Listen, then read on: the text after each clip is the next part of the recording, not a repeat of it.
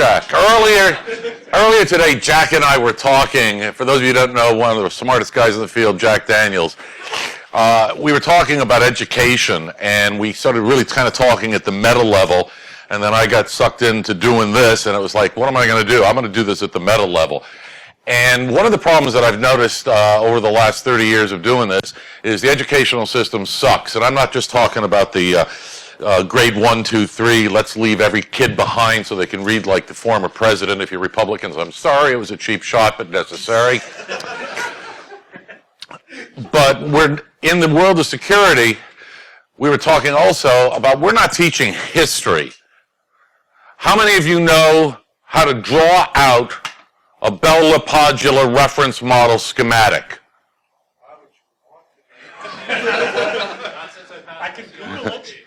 I can Google it. What we're going to talk about today is how I grew up. I grew up in an analog world. Serious question. How many of you know what analog really means? Yeah, you do. I know you. All right. What's analog? There are a couple of different meanings. No. What's analog? Well, when we're referring to electricity, analog is referring to instead of... No, too much information. What's analog? Not digital. The metaphor I always used is analog is round wheels, digital is square wheels. And I grew up analog engineering with tubes and biasing transistors and all of this stuff. The first computer I ever built was an analog computer that was on the cover of Popular, whatever the hell it was when it was popular in the late 50s, early 60s. And it sort of kind of worked, but I learned a great deal. Then I went into the rock and roll field and did analog engineering, and it was audio and video, and we had synchronization, and the synchronization, believe it or not, was analog synchronization. And I got a couple of prezos that I think I did a couple at Skydog Con, kind of going through the nightmares of what we went through.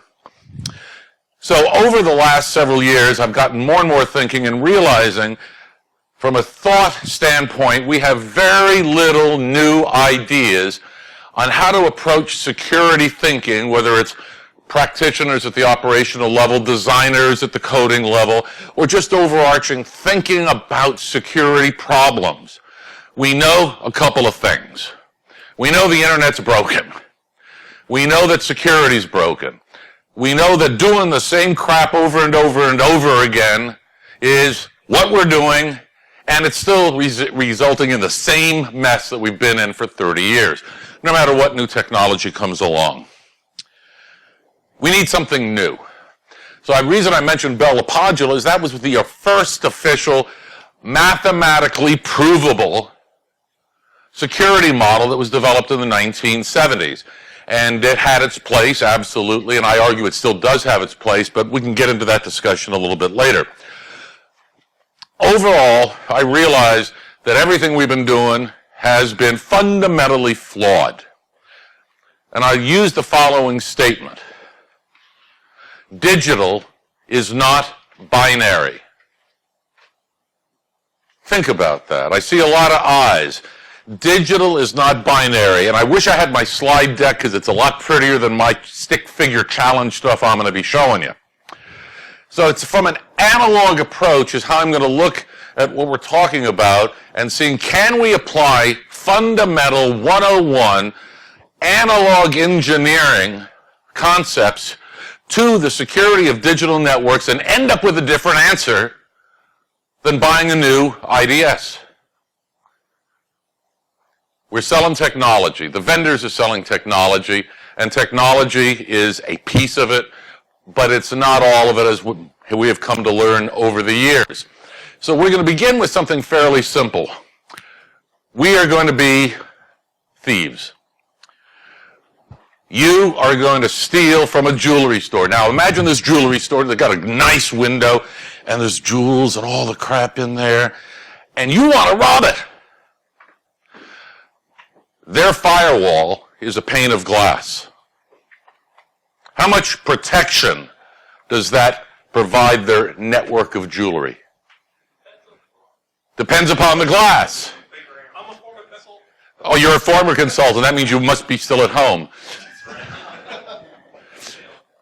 How much protection does that pane of glass provide us? Likely not much is the correct answer. See, 3-word answers, dude. That's what we're going to be working on for you for the rest of the day. Likely not much. Yet that is the amount of protection that jewelry store offers. So the bad guys go in and rob that. They throw a brick. In your super window case, they throw a bigger brick. Fair enough. What is the only thing that matters after that? One word. Mitigating control. Mitigating control is one word. Where did you go to school? Never mind. The one word, there's somebody always with a stop clock, isn't there? Why? Time. Because the protection is non-existent. The only thing that exists is what we can actually measure in our networks. And I'm going to show you something. Time, number one, unless you want to start playing Planck's distance and talk quantum with me, anything greater than minus 42nd in time is analog by definition. Anything smaller than that becomes quantized digital Planck's distance, Planck's times things. So time is an analog function. So when we have with protection in the jewelry store, we're going to have this P. And under there we're going to call it a sub T for time. But we have next to no protection because it's only a pane of glass and we've all got a lot of bricks. But what happens as soon as that pane of glass is broken? What's the next thing that occurs in a well-designed jewelry store? The alarm goes off? No. What happens before the alarm goes off? What? The jewels are out the door. Hell yeah, they are by now. What happens in their security system? What's the next step? No, not the police. Kill tourists. The what? Automated tourists. Automated tourists. No. What happens is a detection of some sort. Is it acoustic? Is it thermal? Is it breaking the tape? Whatever it is a detection. IDS, we think about these things. So, the detection we're going to have and measure in time for a second. How long does it take that pane of tape, the sonic alarm, the thermal, how long does that take to actually occur?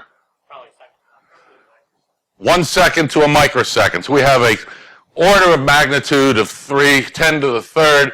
So we're going to call it 1 second for argument's sake. Fair enough. That's a slow electron going down a wire. After the detection occurs, what happens? Response happens. And we're going to do a sub T here as well. How long does it take the cops to get there? Where's the coffee shop? If it's Detroit, you need a calendar. What would a smart bad guy have done? Timed it? Cut through the roof instead. What would a smart guy have done? Anybody here an engineer? He would have tested it. You set off fake alarms in the neighborhood. Is it a donut eating crew? Is it midnight? Is it shift change? At what point and how long should the guy with the stopwatch care? So we have 3 components here, and I'm going to give response time, I'm going to give it 99 seconds because it makes my math really easy to do. We have no protection in this jewelry store. So we have to assume for the moment that that's equaling a big 0. Our safest assumption. Because we know a brick's going to come through it sooner or later. Our entire hope in our security model then becomes a fairly simple formula of dt plus rt, which yields in this case, we'll say, 100 seconds. So the bad guys got 100 seconds to grab as much crap as they possibly can before they get out. Is this a digital function or an analog function? Only Only a guy with the gray hair knew it was analog. It's an analog function. So, let's convert this for a moment to our networks. We all have firewalls. We all have IDSs. We all got all this crap. So let's take our firewall. How many people have bought them from major firewall companies? Show of hands. Okay. In your purchase agreement, how much time does the vendor guarantee it'll work? Wait a minute, I see 2 zeros here, and if they're guaranteeing 0 already, you should be picking another vendor. How much time will that firewall hold up under an attack? Right? We don't know. Because there's so many things that can go wrong, from bad code to bad configuration to all sorts of stuff that we're not going to get into the noise level on. So again, we need to assume, for argument's sake, it's 0. We all have an IDS, hopefully, of some sort.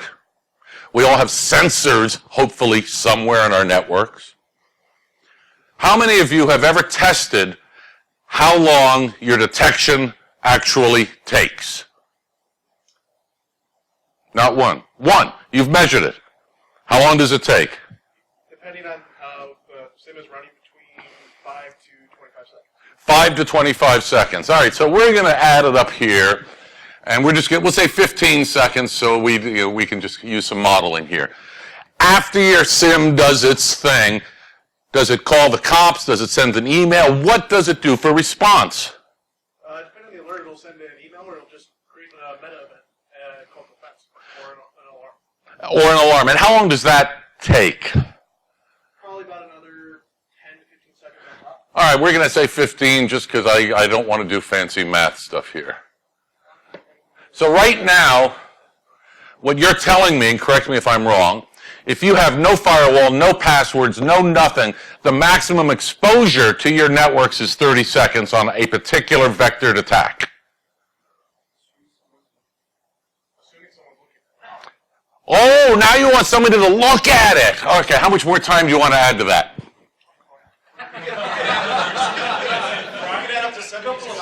All right, well, so you want to call that Monday morning. Point is, this gives us the basis for measuring security. Fundamentally very simple, that if you have good sensors, we're not going to get into the granularity yet, and you have good reaction times, what's going on here in your protection, because we don't know, almost becomes meaningless, but it does yield us a formula.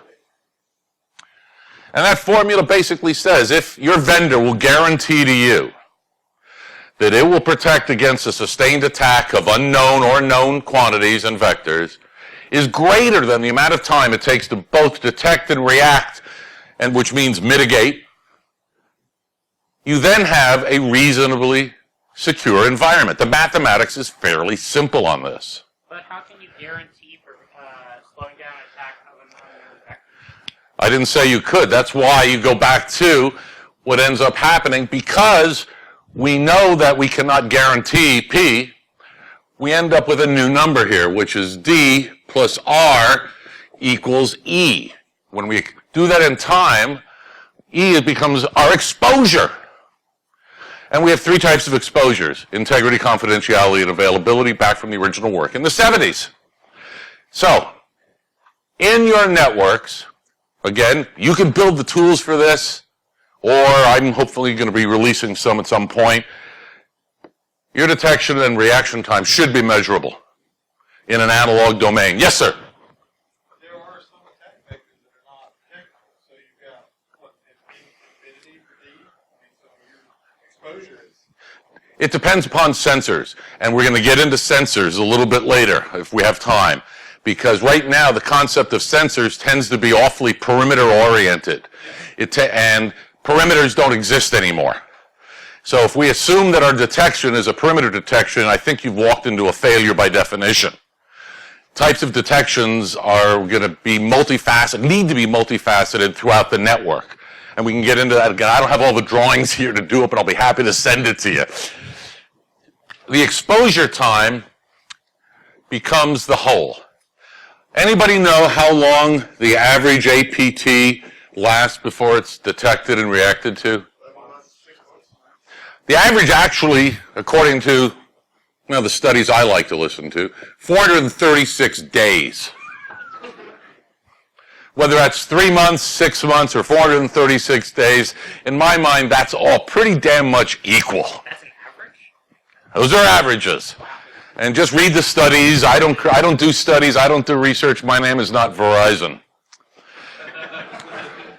So this is part one of what is obviously a much lengthier 8-hour presentation on beginning to think analog. So we're going to take this and we're going to kind of put it off to the side for the moment and look at another element. How many of you were in the military? Yeah, show of hands to my back. That's really good. Military, anybody? Okay, what's the branch? Air Force. Okay. Military light. You were in the Air Force. Then you, sir, are going to define this for me. Ready. Define. You were in the Air Force. Act. The OODA loop was created by Colonel John Boyle down at Maxwell when he was teaching in the early 1980s, and unfortunately he died very young. And it is, from military terms, observe what's going on, orient yourself, put it in context, decision making, whether it's local or Pentagon, wherever else, then finally an act. All of these have the same component. They all have a time component, don't they? So when we look at the shock and awe that we did in Iraq in 1991, that entire process was 6 months long. Then we did 6 weeks of acting. But throughout that whole process, what we're really looking for is to take this OODA loop concept, and you can put them wherever you want to put them, I don't care. And they then have time vectors that are part of the process. By just its very existence, each one has a time component. The object of the exercise in any OODA loop in the military, and think of this as also working in your real life. Think of it as a marketing. I got an idea. I'm going to test market, see what I sell, adapt, make it red, make it blue, and my way I'm going to make profit. On the time scale, and there's 2 time scales here, I'm not going to get into the craziness of it, is you want T, in both cases, to approach 0. Why? Why? Fail fast. What? Fail fast. Fail fast or succeed fast. Fail fast. If you want to be negative, get the hell out of here. Approaching 0, you're never going to hit 0 because every single one of these certainly has a quantification to it, absolutely. But the object is, in order to save lives in the military, you need to be able to react, make decisions really, really quickly, hopefully accurately, and then do the whole thing all over again, and it becomes a continuum. The continuum of the OODA loop, and if you imagine this OODA loop as a ball rolling, and I have awesome graphics for this that I can't draw, and yet that circle gets smaller and smaller, the efficacy of that case, a military operation, increases. If we take this same concept and say, how would that work with time-based security? We start seeing now we have 2 analog functions that work in the physical world. Is anybody at this point even thinking or have thought or begun to implement this in the virtual world? That was a half a finger, or was that the middle finger? I couldn't tell. Point and implementing, why not? And I'm not asking, I'm curious. Still educating the rest of the people. Still doing the education in trying to think from a analog viewpoint. Really, really hard. It's actually, it's not all that hard. Again, it's sensor-based. If you look at a sensor-based society, it changes around. So we have the whole OODA loop thing. It works, came from the military, works in marketing, manufacturing, JIT. Everybody remember JIT from the 80s? Just-in-time manufacturing. Let's get that cycle going faster. That's what SAP was supposed to do. So for $100 million in software, you can speed up your delivery really fast, right? So now let's put this one over to the side and come up with another element. Who knows what feedback is? What's feedback?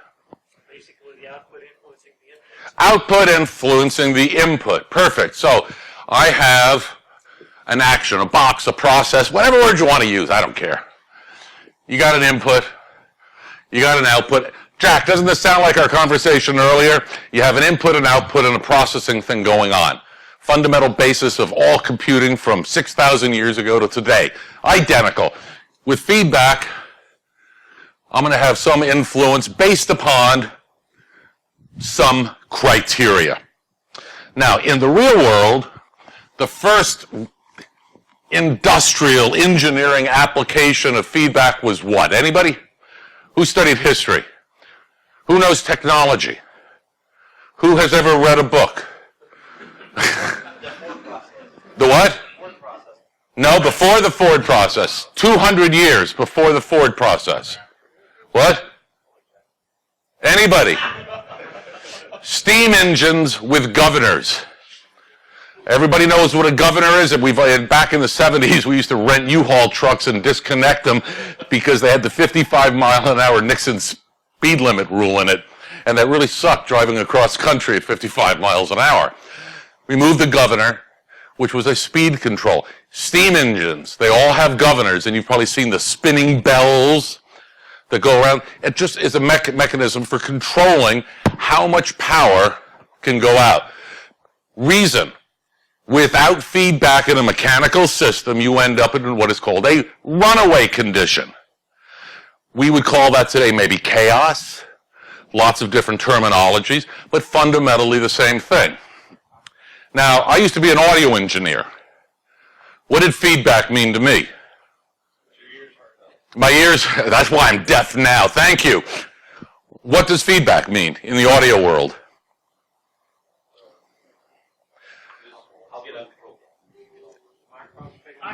All right, okay. Our input is the microphone. We have an amplifier. It's the same thing, though. The output is an impact on input. Exactly. In a very bad way. Exactly. In this case, instead of mechanical, we're in an acoustic world. Everybody following me? I'm trying to get through this whole thing really, really quickly. Now, I grew up as an electrical engineer, so I'm not going to do the tubes for you.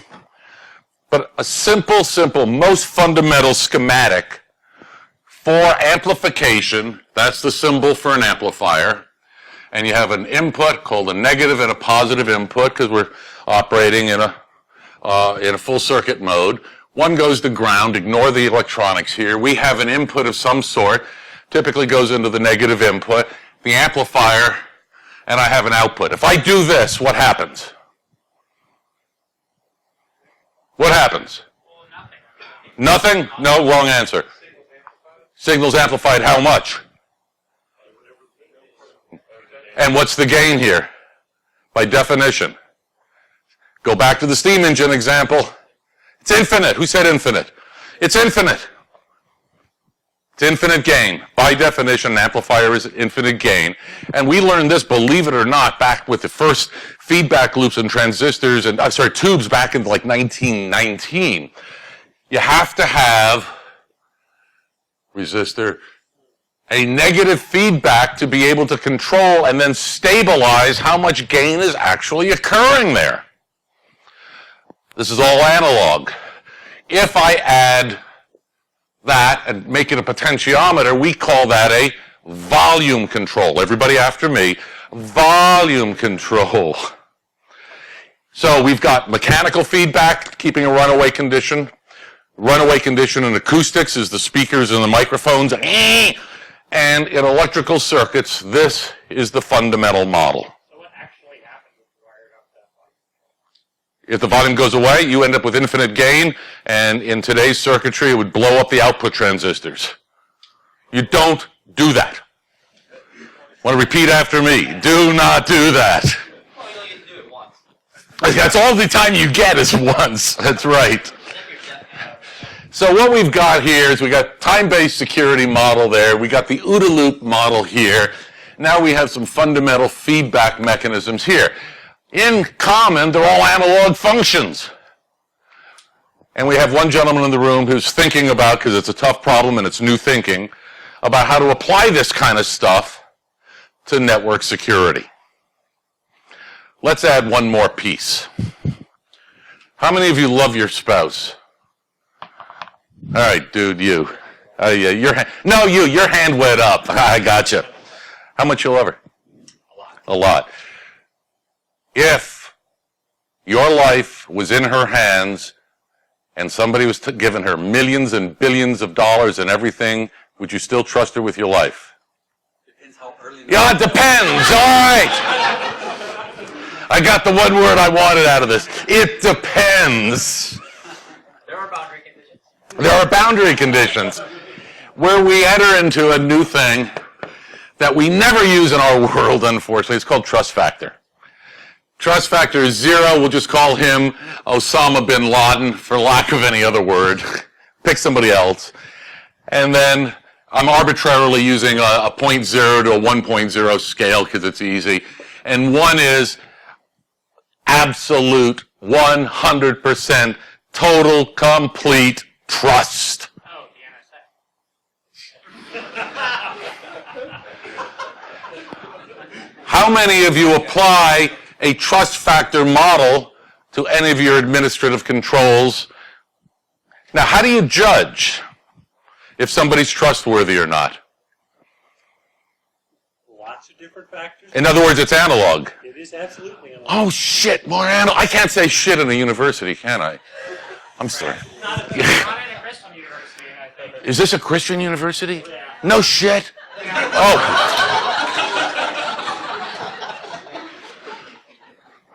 Fuck, I said shit. So this is absolute. The reality is there's a lot of mitigating sort of things. And one of the things that we use, for example, in establishing, am I going to give you complete control of my network, is, have you ever been arrested? Yep. What does that mean? You've never been arrested. What does it mean? Who said that? Get up here and finish the damn talk. You're so smart. That's right. You haven't been caught yet. But I'm allowed to ask you about your religious affiliations, aren't I? I don't know if that was on the questionnaire or not. Nope, not in America, it ain't. And I'm not allowed to ask a whole boatload of questions. So trust factor is something that we are very, very fuzzy on in here, and an awful lot of it in our network administration world, giving people the keys to the kingdom, is a hope and a prayer that they're not going to. Snowden was somewhere inside the middle of that 0 to 1, motivation notwithstanding. He certainly was not a 1, given what he did. Was he a 0? I don't know. But certainly somewhere in the middle, they decided, with all the clearance procedures and all the crap that the DoD does, that they would allow him to take the most sensitive stuff from hither and put it into yon, and it was all good because he passed his stuff. Same thing with the head of counter-Soviet intelligence for the CIA and the FBI. And what was the reason that they never got caught? Because they were smart. We go back to number 3. No periodic vetting and review based upon an indefinite and incorrect assumptions on sensors. You make $60,000 a year and you buy a $560,000 house for cash and 2 Jaguars. I call that a sensor worth investigating to trigger a re-vetting process using a feedback loop with trust factor. Yeah, I mean, unless they're E-types, he obviously has judgment issues. HR hates this stuff, but when I've talked to HR about this, they hate this stuff. But I'm thinking as a security geek. So we have component 4, and ultimately, believe it or not, I'm going to glue all this stuff together. But there's one more element. But back to the... So, in our networks, how many of you have implemented what you may do with your spouse? So you trust your spouse, you said, not 12 hours a day. So she's at a 0.5. Whoa, dude. What's her name and number?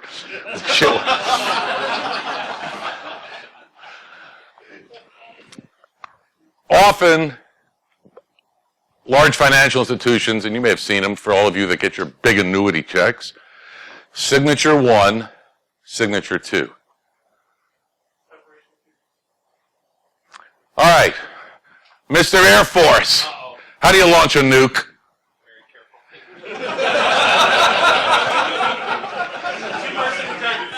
This is serious stuff.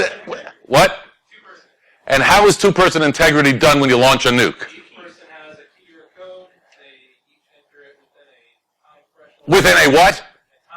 A time threshold. A what? Time threshold. Ah, so they have a small window of analog time by which they must synchronize the keys, otherwise the other guy gets to shoot the other one, and they got to write that shit down too. Stuff down. Do they have to be in 2 different locations? No, they're in the same location, separated between 20 and 40 feet, depending upon the nature of the facility.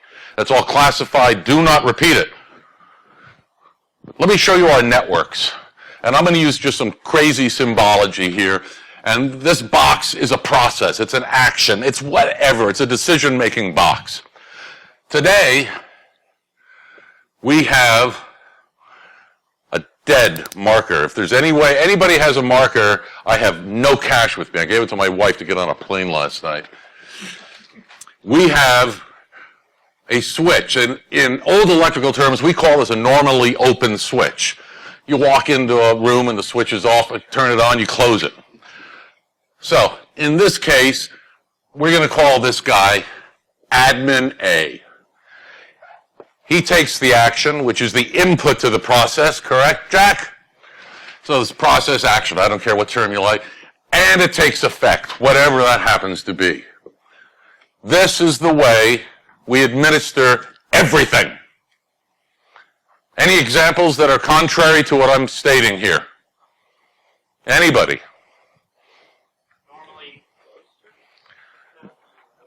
Normally closed circuit would, we're not going to go, that's advanced stuff, don't go there yet. Keep it simple. So, oh, thanks so much. Is this the same color? Is that the same color? Yeah. Oh, cool, thanks. I'm also deficient in the retinal cones. So, this is the way we're running the network now. I maintain that after 30 years of me being in this business, computers have existed for 60, pick a number. Why the hell are we still running any of our networks with single-man control? It costs twice as much to do it the other way. It does? Yeah. How about if I solve that problem for you? Then will you go build this and give me the code so I can make money? Cool. Good, I need the code. We'll do a deal later. So what we're going to do then is we'll take the next step of the two-man control in launching a nuke. So I got a guy, and I got a guy, and there's the nuke, and they both got to push that button within some period of time, and there's a little time thing there, in order to launch the nuke. So if I take this from a network standpoint, got a guy who's admin A, he goes, I want to give the president some access, whatever. And then, oh, but the president doesn't get access until Bob agrees. Got it. What's wrong with this model? Well, it requires that both of them are there. No, it doesn't. We have a thing called remote access these days. What's wrong with this model? They could deny it. Does that make it good or bad? Is that what's wrong with the model? Time! Because admin A is sitting there reacting to the boss saying, I need access to this crap now. He presses the button. Bob has to authorize it because it's Uber access. Where's Bob? He is? Again. So A takes an action, B cannot confirm the action or authorize it, and authorize is a good security term we all love. So therefore the president's going to get pissed off at A and go bypass all the controls, but it's a two-man rule system. Now we're going to solve the problem. How do we have feedback to that? So, you do listen. Good for you. What we're going to do is apply feedback to the eraser that I just lost. Whatever. What we're going to do, I don't care. We're going to have our guy, admin A, and he is going to make some sort of decision into some sort of process box. Oh, you took the eraser. No, you said it right. Oh, see, I'm bad, not you. Thanks. So A's going to make the decision, and the process is going to be whatever it is, and out it goes. But we got to have the two-man rule. So my two-man rule, in fact, I'll give you the perfect example of how this works before I draw it. You go to the office, use the key, open the door, and the security in your office. What's the first thing you have to do? Turn on the lights. I'm sorry. No, dude, you don't turn on the lights. They're automatic. We're living in the 21st century. Lights automatically come on. What's the first thing you do? So you have to run like hell to the closet, open the thing, enter a code, and disarm it. Feedback loop, isn't it? So,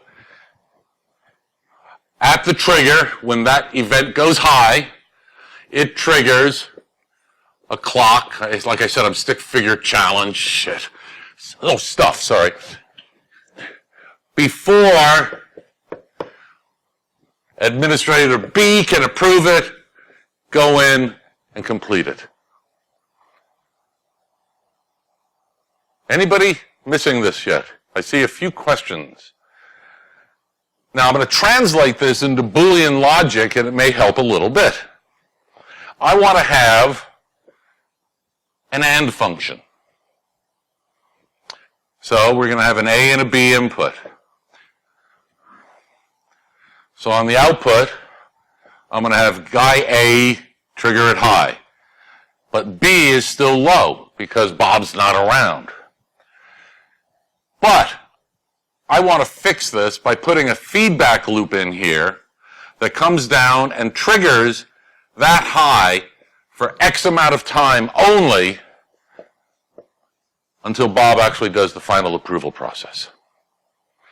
So if that is set to the alarm in your office, 10 seconds, 30, however long it takes before the cops get called, exact same process in what we're talking with time-based security, applying feedback loops, and we're not going to get into the trust factor considerations just yet.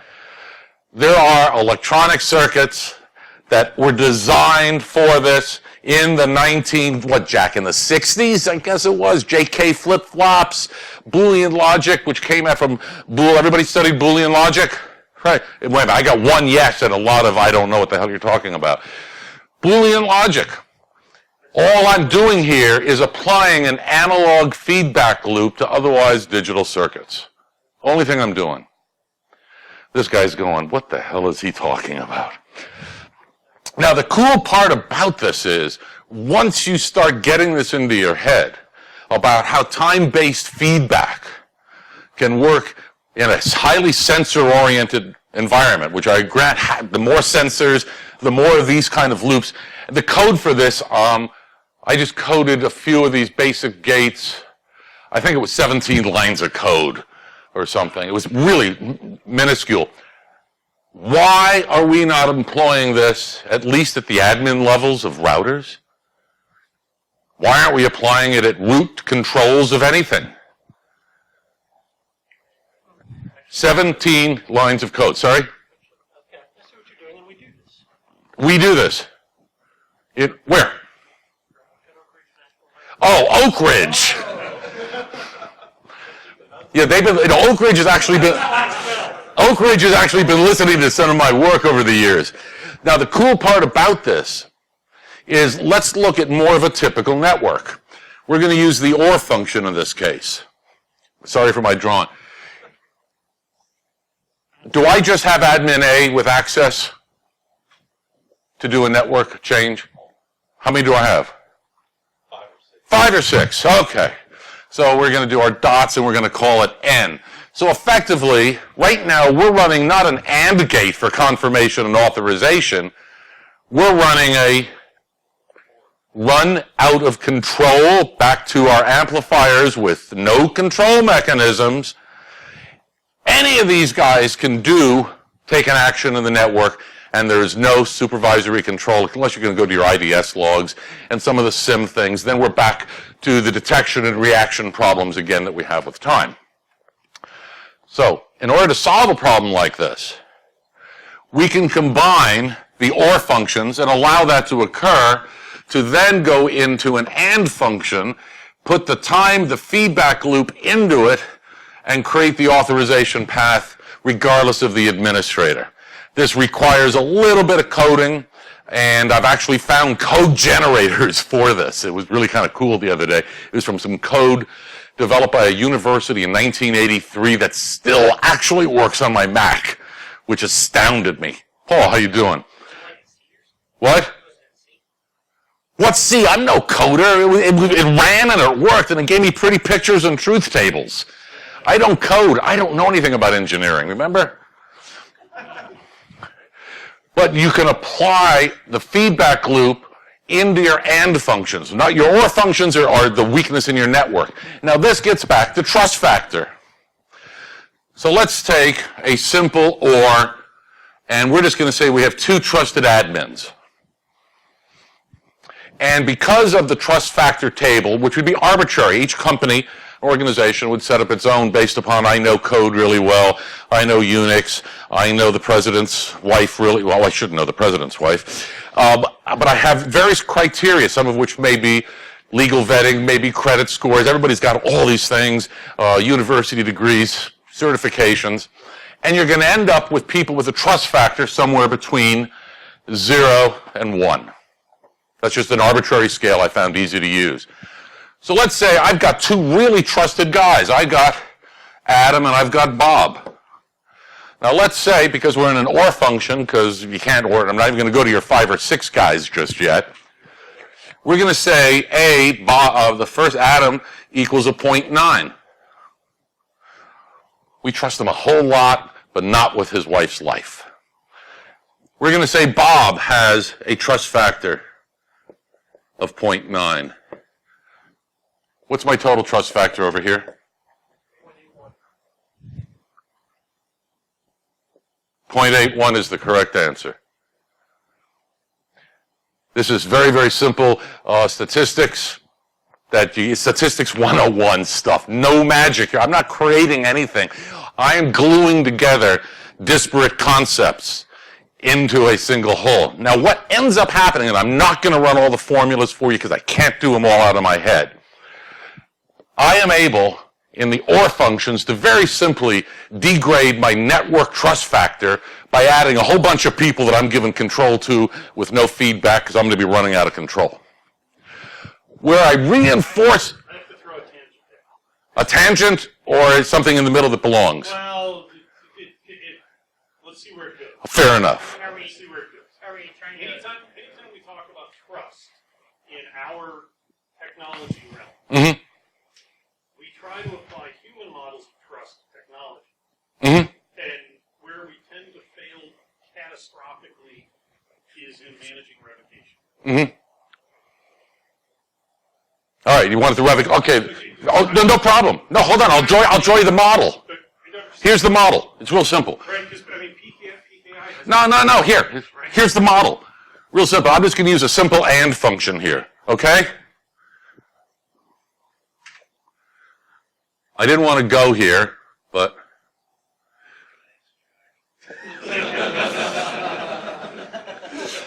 in this case, we go to where he was talking. You have normally closed conditions. After I've set my normally open to a normally, I've triggered it, I've gotten my time back, my feedback, and I've got a high condition out. I'm reverting to a normally closed condition. You want to induce revocation? Do it through a feedback mechanism. Depends upon what your initial condition and state is, normally open or normally closed. Does that answer your question? For now? For now. We'll argue later? We're not arguing. I like arguing. It's all sorts of fun. So, Arguing with you too smart. I am not. I'm just up here with the chalkboard now. So, with the OR function, we lose according to Statistics 101. However, with feedback mechanisms, my security goes up, measurably so. So, if I have an input of guy A, and I don't remember all the math because there are some formulas, apologize, there, do I want, what level of trust must I necessarily have for the guy in my feedback loop? What? Greater than the first guy is the correct answer.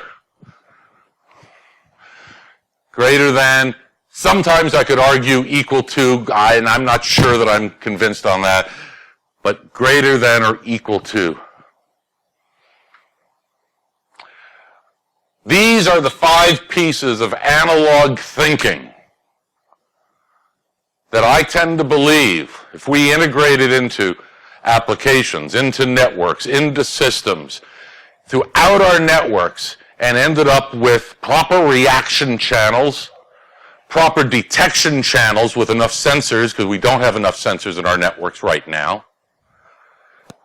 My belief is that we could begin to approach where we were in the 1970s. In the 1970s, we were secure. Well, we were secure, okay. We used a thing called mathematical formalization to be able to prove mathematically the security of a particular coded process. In the last 40 years, we've lost that. We're trying to employ digital techniques using binary mindsets, and I have no earthly clue how to do this digitally, which is what was bothering the hell out of me for so many years. I'm seeing new products and new vendors have been putting all, but finally hit me, it's we need to approach it completely differently. We are analog creatures. Security, as we hear from everybody, is an analog function caused by humans doing messed up analog stuff and pushing buttons that then create these chain reactions and out of control events. What I'm hoping to get across to you is to look at, and if you guys want the PowerPoints, I'll send them to you, no problem at all, big-ass PDFs, big PDFs, can't say that here. And you can work your way through this and challenge me and hopefully challenge the industry to begin thinking about approaching our network security as a dynamic process and not a static process. So I've condensed 8 hours of this with no slides into some messy, messy boards, and I'm going to ask for questions, comments, otherwise we can take a break. But, a lot of hands going up. All right, Air Force guy, with respect, you go first. What's the baby step approach? Meaning, like, In my opinion, what's the first thing, the first step? I'm viewing this, I'm hoping to find a few coders that'll work with me. I got my patent attorney in place to be able to then get money out of Cisco and all the other guys to actually start implementing this as a formalized process. So it's a matter of establishing, taking all this crap, this is patent processing kind of stuff, the mathematics is trivial, and then coding the elements, because the elements, when you're in a Boolean world, even in a Boolean world with feedback, you can do concatenation. So is putting this mindset into policy before the technology is there to try to make a cultural change? Is that this worthless? Or I've never been asked the question. I have no earthly idea. I'm going to have to think about it. Because the reason it was a loaded question. Oh, I didn't take it that way. Yeah, where you say, we have controls, if the fire is burning, then call the fire department. Well, it doesn't matter. You call them within some respectable amount of time. Yeah. Call them 2 years from now, it doesn't matter. Right. So if you try to put that into your controls and policy, does it actually work without the technology forces? I think pieces of it could. For example, there are a couple of feedback mechanisms being currently used. If I go into my Bank of America account and I want to do something, I have it set up in such a way as that it requires a secondary authorization by me in a feedback loop, and that feedback loop I use typically is my mobile device. Now that is a self-referential feedback loop instead of the real world, but the concept, we're starting to use the concept a little bit here and there. Jack, your Google kind of thing, two-factor authentication has a time base. The original security dynamics, now known as RSA tokens, are valid for 30, 60 seconds, and then there's a synchronization thing that occurs in the back end. So my goal initially would be to take all of this and code it into modules and then extort money out of big companies. I think what you were saying was more a case of revamping change control process. It could be, this should be enough of a meta principle to be able to be way the hell up here. Is it worthless because humans are dumb? You don't have something to force them to policy. Oh, you're about, well, this is going to be, I don't know. I don't know how to, that's another guess. The breakdown for me is the trust factor. It's arbitrary. It's arbitrary and self-referential to your own organization only. It cannot, you can't take your trust factor methodology and apply it to his. It only can be self-consistent. It's not an absolute, it's a relative function. I get that, but if I have a lower level of trust in the people that are working for me, Mm-hmm. and I have no way of changing that, rehiring, whatever. Okay, so I have to place a higher level of trust in the feedback loop. Okay? Yep. Well, how can I know that I can trust the feedback loop? One. Before you continue that, when you say trust the feedback loop, are you saying trust the human in the feedback loop? How do I set the trust factor for the feedback loop and know that It's a combination. No, you have the trust factor in your particular, in that case, you got your untrustworthy guy down here, and we'll call him a 0.6, just for argument's sake. If you hire anybody less than this, that's on you. So over here, we have to have anybody greater than 0.6. The higher that number, the greater your output trust factor will be. Oh, so that's an amplifier. No, the amplifiers are a metaphor for feedback because you don't have to, this is not an this is a Boolean application of feedback. But to code this up, as you're saying, Mm-hmm. eventually that feedback is going to be a digital process, or it's not necessarily going to be a person. How do you establish? No, that is a person. I am saying this is part of the two-man rule. You saying This is a human confirmation, okay? a human reauthorization. The other guy getting ready to trigger the nuke within a 2-second window. It's not the automatic process is the initial approval for X amount of time. Because then, and again, the math all works out, remember we talked about up here, exposure time. Yeah. So When I take exposure time and relate it to trust factor and put it into the feedback loop, I can start quantifying the damage to my network for the risk people. How many people in the room have been asked, how much is this going to cost the company if we lose data? That's not our frickin' jobs. Our job is to tell the risk people, the way you have it configured now, the network could be open for 1.4 hours. Not my job to tell you how much that's worth. And that's been a failure from management standpoint to recognize the differentiation, and failure from InfoSec standpoint not to have a model that we could communicate. And the metric, the common metric for all security, I'm suggesting, is time. Are you suggesting that this is universally applicable to all business processes, or I have solved every problem in the entire universe on the board. Yes, sir. you just have to figure out how to apply? I have no idea. I'm thinking about it from a network standpoint. I do know that the pieces do have universal applicability. I do know that they largely make common sense. Otherwise, we'd have had a lot more argument a lot earlier. The only thing I have to wonder here is, you know, Yeah. with the two-min rule implemented kind of not in series, where you have some sort of defined time window, you know, as governing the risk. Yep. In today's digital age, right, given the speed with which information can propagate and the multiple channels over which things could go, are there scenarios where this would just not? Oh, I am. That's a good question. He's saying, is this going to screw up my entire operation? I am not suggesting by any means to apply this everywhere. That's where I was going. I'm saying that in certain cases, it's absolutely incredible to me that we don't have it in critical admin locations. Do you want one guy launching a nuke? I saw that movie too. But I think that's the answer to his comment, because where we did this in about 3 places where it was critical. Remote access by a domain admin. That's precisely where we have that. I'm not saying do it everywhere. I'm saying this is hopefully a universal conceptual tool that is an analog function that you should choose where to implement it based upon your needs. It's like, okay, I just built a switch. I don't know what the hell you're going to use the damn switch for, but I own the patent on the switch. So, do you want it everywhere? Do you want where it really got to me? What's the dirtiest 4-letter word in the English language that relates to security?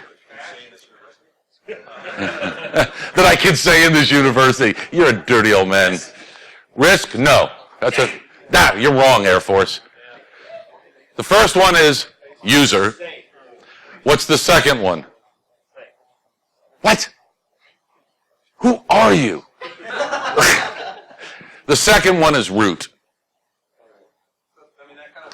And so, at any rate, this all really propagated from my entire distaste and what I have seen going wrong with root control, insider threat problems, and more today with increased sensors that are needed in the networks, the users phishing, social engineering. We apply no feedback mechanisms whatsoever in any of the user process, nor in the root process. Apply it everywhere? I have no idea yet. I'm going to write a book about it and figure it out. Yes, sir. I say the sudo is a little bit of a negative example of what you're doing. If you type in sudo and you're non-sudoers, you get a message saying this will be recorded. Whereas it should be all your sudo actions are being recorded. And the positive example of that is not Google's authentication, but Google's account activity. Right. So you get a feedback, hey, why would I want to see what I've done? We'll make sure that it's You're applying the differentiation between RACF ACF2 and that third one that existed in the 70s. Whether you're in an all-on or an all-off condition, is you're reporting based upon this side of the tilt or this side of the tilt, and that's your call. And the thing is, it's not whether Bob's a 9 or a 0.6, it's whether it's Bob or not, because it's remote access. And is it a stolen credential or is it really Bob? Yeah, but, hold on. If I'm in a remote access, if I don't have one of these processes already going on in my remote access, that's bad on me. So if I've got there and I've got B, and up here is some remote guy A, I haven't even approached the specificities of how to apply this. I do have the circuitry to apply this for authentication, whether it's local authentication or remote authentication. So you'd want to apply that separately. That would be one of the places I would argue is very, very important to do it, is apply this concept. So just because you have this concept at an access control point doesn't mean you don't have it at an authentication standpoint as well. It's applicable in many places, and you're going to come up with more of them.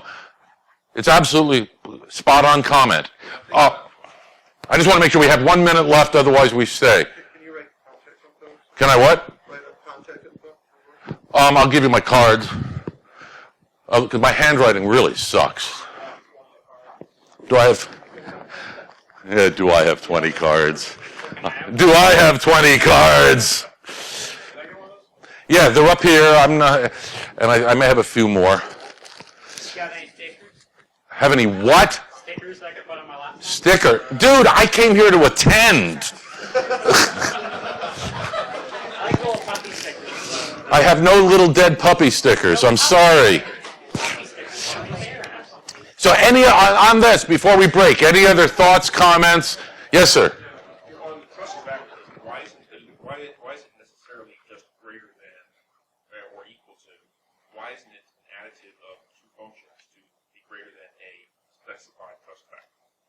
Can you reword that? I think I know what you're saying, but I'm not clear. The basic problem is that, for example, in the NSA, I wouldn't say that any of their analysts are anywhere near a 0.6. I'd say they're all 0.1s. So why isn't it, if you add up all of the trust factors together, if they are greater than 1.0? Because you can't add them. The problem is it's not additive.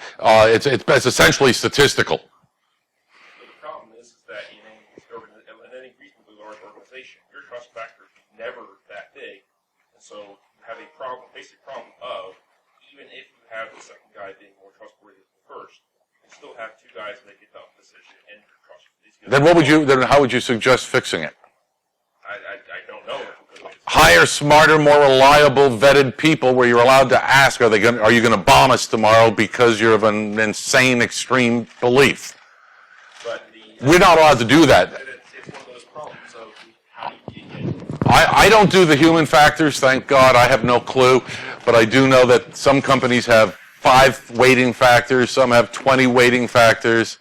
The short answer is what you're trying to do is instead of multiplying the 0.9s, you have a 0.81 chance of failure. You're trying to multiply the 0.1s, you get a 0.01 probability of failure. Yeah, if you do that, I mean, if you're at 0.1s already, why are they there?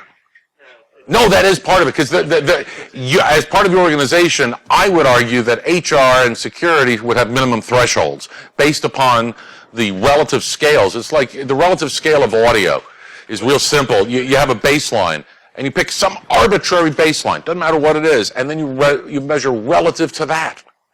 And when you're measuring relative to something, then it's at least, you need to be self-consistent. But in the case of something like NSA, the problem is that you have a mountain of data, and you've got way too much data to analyze, so you've got to lower your threshold in order to get enough people to analyze all the data. I don't know that that's necessarily true, because what you've just added in is another time function.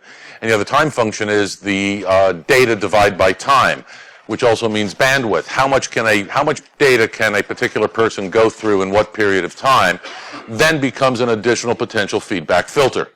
Yep. I'm not here with every freaking answer. I'm here with some ideas at the last minute. You guys have been awesome. Thank you. We'll talk to you later.